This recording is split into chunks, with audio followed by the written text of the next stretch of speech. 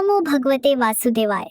योगिनी एकादशी व्रत केवल उपवास नहीं है, बल्कि यह आत्मशुद्धि, भक्ति और आत्म कल्याण का साधन है। जो व्यक्ति श्रद्धा, नियम और विश्वास से यह व्रत करता है, उसे भगवान विष्णु की विशेष कृपा प्राप्त होती है। योगिनी एकादशी व्रत कथा प्राचीन काल की बात है। हस्तिनापुर नगरी धर्म, सत्य और भक्ति का केंद्र मानी जाती थी। उसी नगरी में धर्मराज युधिष्ठिर अपने भाइयों और प्रजा सहित निवास करते थे। वे सदा श्री कृष्ण के चरणों में लीन रहते थे और प्रत्येक व्रत, नियम तथा धर्म का पालन पूर्ण श्रद्धा से करते थे। एक दिन प्रातः काल जब सभा में विद्वान ब्राह्मण, मंत्री और भाई एकत्रित थे, तब युधिष्ठिर के मन में एक विशेष जिज्ञासा उत्पन्न हुई। उन्होंने विनम्र भाव से भगवान श्री कृष्ण से कहा, हे माधव, आपने हमें अनेक व्रतों और उनके फलों के विषय में बताया है। कृपा करके यह भी बताइए कि आषाढ़ मास के कृष्ण पक्ष में पड़ने वाली एकादशी का क्या महत्व है, उसका नाम क्या है और उससे कौन सा फल प्राप्त होता है। युधिष्ठिर की श्रद्धा और जिज्ञासा देखकर श्री कृष्ण मंद मुस्कुराए। उनके मुख पर करुणा और प्रेम झलक रहा था। वे बोले, हे धर्मराज, जिस एकादशी के विषय में तुम जानना चाहते हो, उसका नाम योगिनी एकादशी है। यह अत्यंत पुण्यदायिनी है और पापों का नाश करने वाली है।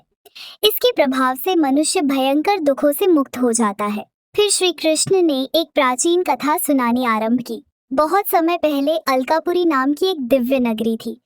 यह नगरी कुबेर की राजधानी थी। चारों ओर सुंदर उद्यान, बहती नदियां, पुष्पों की सुगंध, दिव्य भवन और स्वर्ण जटित महल थे। वहां देवताओं, यक्षों और गंधर्वों का वास था।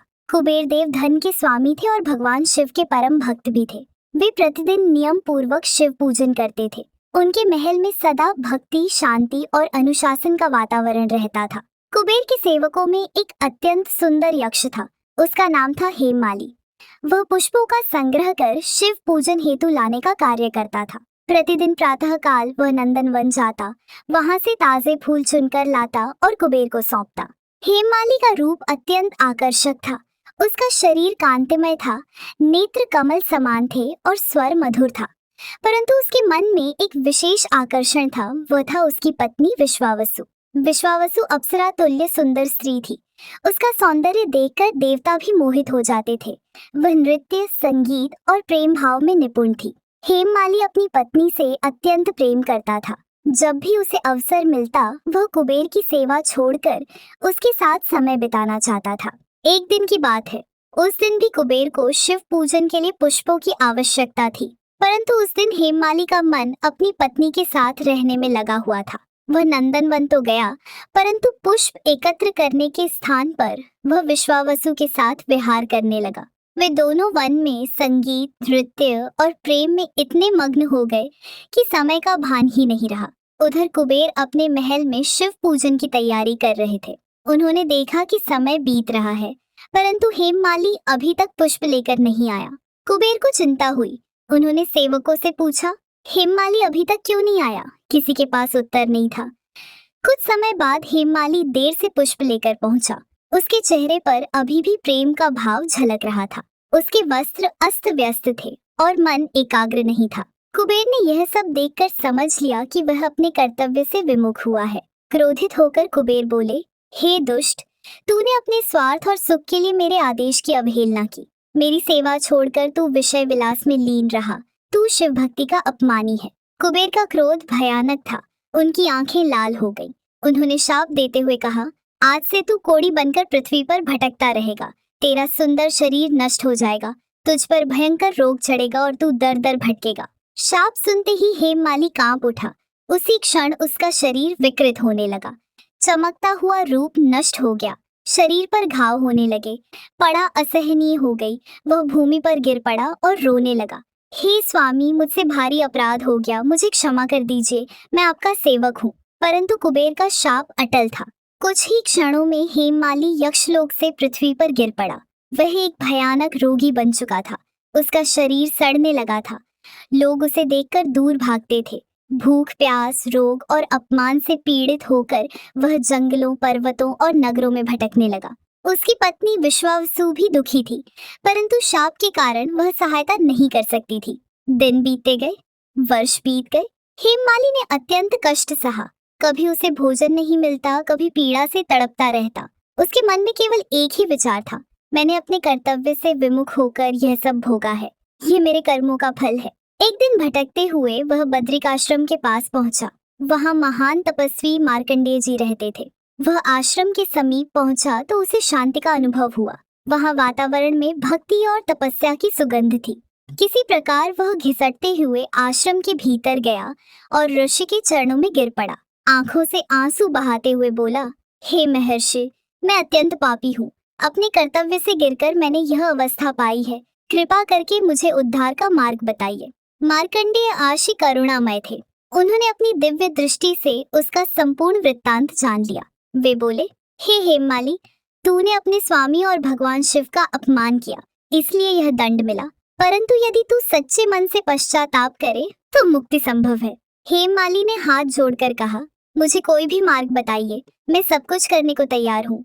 ऋषि बोले, आषाढ़ मास के कृष्ण पक्ष में योगिनी एकादशी आती है। यदि तू श्रद्धा से उसका पालन करेगा तो तेरा समस्त पाप नष्ट होगा और शाप से मुक्ति मिलेगी। हेममाली को जैसे जीवन का नया प्रकाश मिल गया। उसने मन में दृढ़ निश्चय किया कि वह पूरी श्रद्धा से इस एकादशी का पालन करेगा। समय आने पर योगिनी एकादशी आई। उस दिन हेममाली ने सच्चे मन से भगवान विष्णु का स्मरण किया। उसने अपने हृदय से अहंकार, लोभ और वासना का त्याग किया।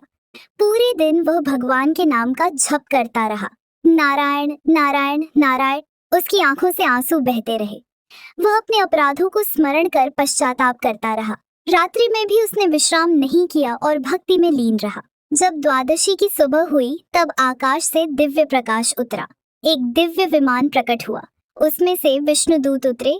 उन्होंने हेममाली से कहा, हे पुण्यात्मा, तेरे व्रत और भक्ति से भगवान प्रसन्न हुए हैं। तेरा शाप नष्ट हो चुका है। क्षण भर में हेममाली का रोग समाप्त हो गया। उसका शरीर पुनः दिव्य, सुंदर और तेजस्वी हो गया। वह प्रसन्न होकर रोने लगा। हे प्रभु, आपकी कृपा से मैं पुनः जीवित हुआ। विष्णुदूत उसे विमान में बैठाकर स्वर्ग लोक ले गए। वह पुनः अलकापुरी पहुंचा। कुबेर ने उसे देखकर कहा, अब तू शुद्ध हो चुका है, मेरी सेवा में पुनः लग जा। हेममाली ने जीवन भर भक्ति और कर्तव्य का पालन किया।